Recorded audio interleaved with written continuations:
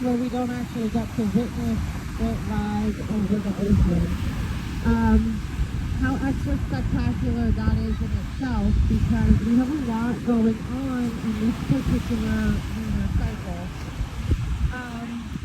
Mercury retrograde is one of them, which started on the 21st, if I'm not mistaken, of April, and will continue through to May 14th. We also, this moon, so we know, is in Scorpio, the sign of Scorpio.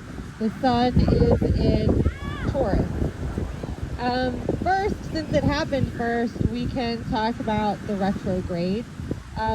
I know a lot of you, if you're on social media, I'm sure you think it means that the world is probably ending or coming close to it for yourself and everybody around you. My favorite is now hearing that Mercury is in the microwave.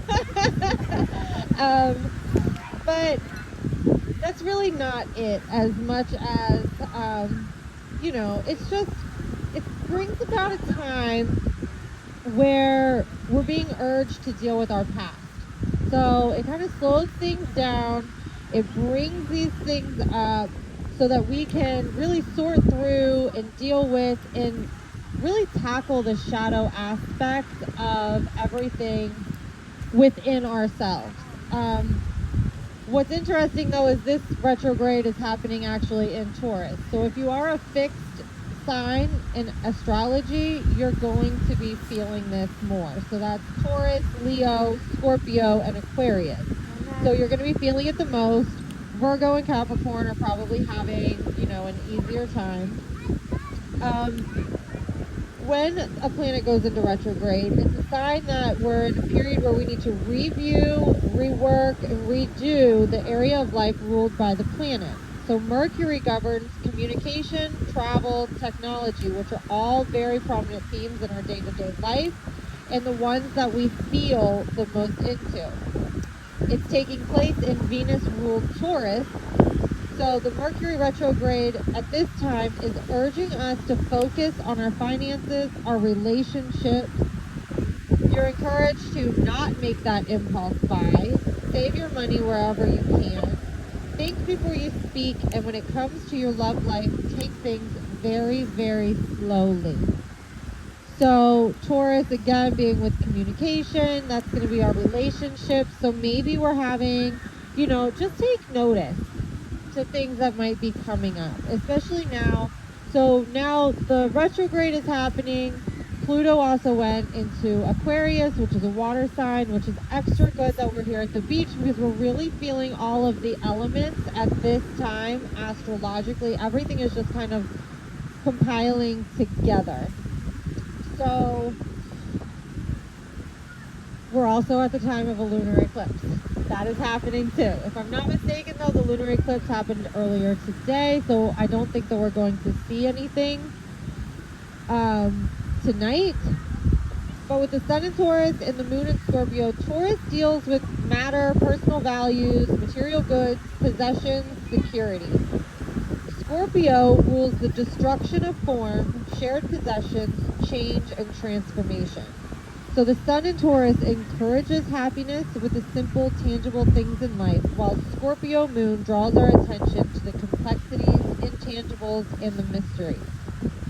We need to be sure to be focusing on both ends of those. Also with the full moon, we are being illuminated in all four corners of our soul every month at the time of the full moon. This helps us shine in and illuminate everything within us so that we can clearly see what we need to shed and get rid of. So it's important to know that with this being in Scorpio, take a look at those things. But again, Scorpio is destruction and rebirth and transformation. Okay, with this full moon, that's what we need to focus on. That's what we're being called to do. With the retrograde, everything is being brought up from your past so that you can do the shadow work. The moon in Scorpio is giving you that light to see exactly what it is without a shadow of a doubt. And we can work with the Scorpio energy to transform and ultimately find rebirth of ourself, of our ideas, of all of the manifestations you had of the new moon. Now, normally, too, it's a good time maybe to set some intentions, but since it is a lunar eclipse, we're not going to worry about that as much this time. right now, with the way things are sitting, you're more or less being called, do the work you need to do and let it go for the universe. Let the universe help you with the energy around it.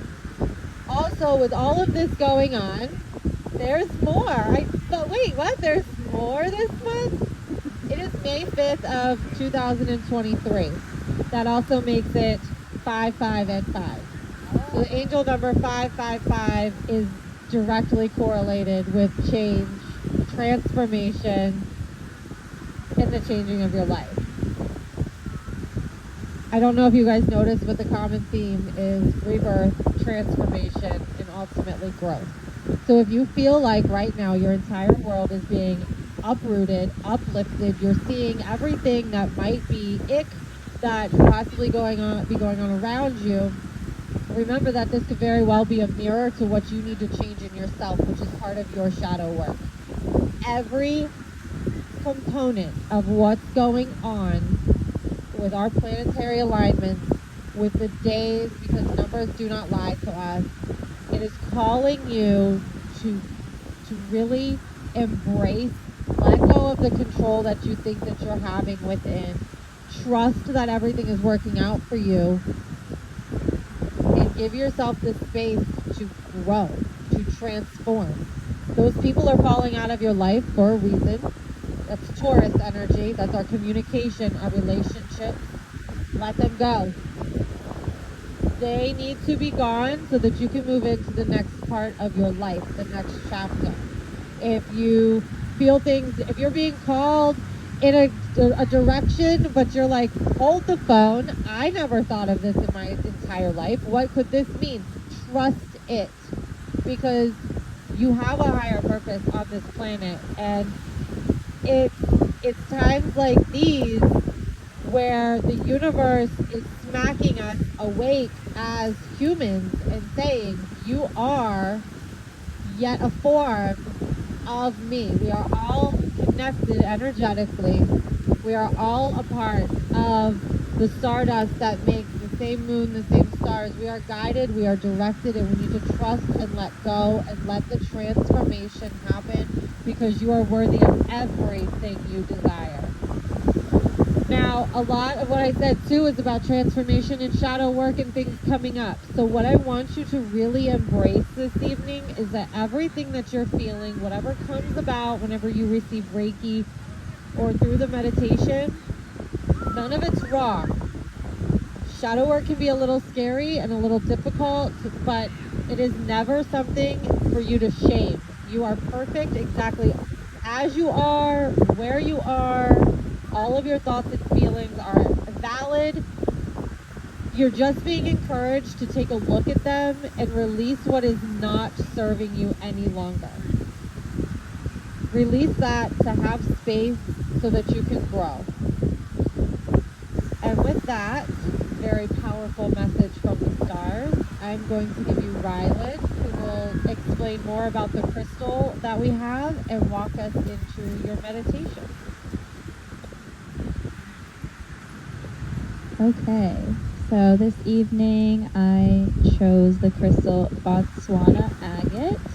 If you did not receive your crystal, feel free to come back here and grab it, or you can wait till the end if you prefer. These crystals are yours to keep and take home. I encourage you to use it today through the meditation. You can place it anywhere on the body that you feel called. You can place it next to you on your blanket or your mat. Yes. You can hold it in your hand, but this crystal that we have today is known as the Stone of Change. It holds the highest vibrational frequency of any agate that we know of so far. Botswana agate cultivates and supports the Scorpio energy. It offers up an intense energy that resonates directly with our third eye and our crown chakras, allowing us to begin to feel more in touch with our higher self, to process, to transfer, and to understand energy in an easier way. This beautiful stone helps us to see what it is that we truly need and want to get out of this life experience, while providing the mental strength to ultimately make the change we ever so desire. So it helps to raise awareness of the collective consciousness, the oneness of all of life, encourages deep contemplation of the circumstances of our life that have led to the strength, the spiritual growth, and the inner stability that we find ourselves in today. So begin to find yourself in a comfortable space, whether that's lying down, sitting up. We're going to be moving into our meditation.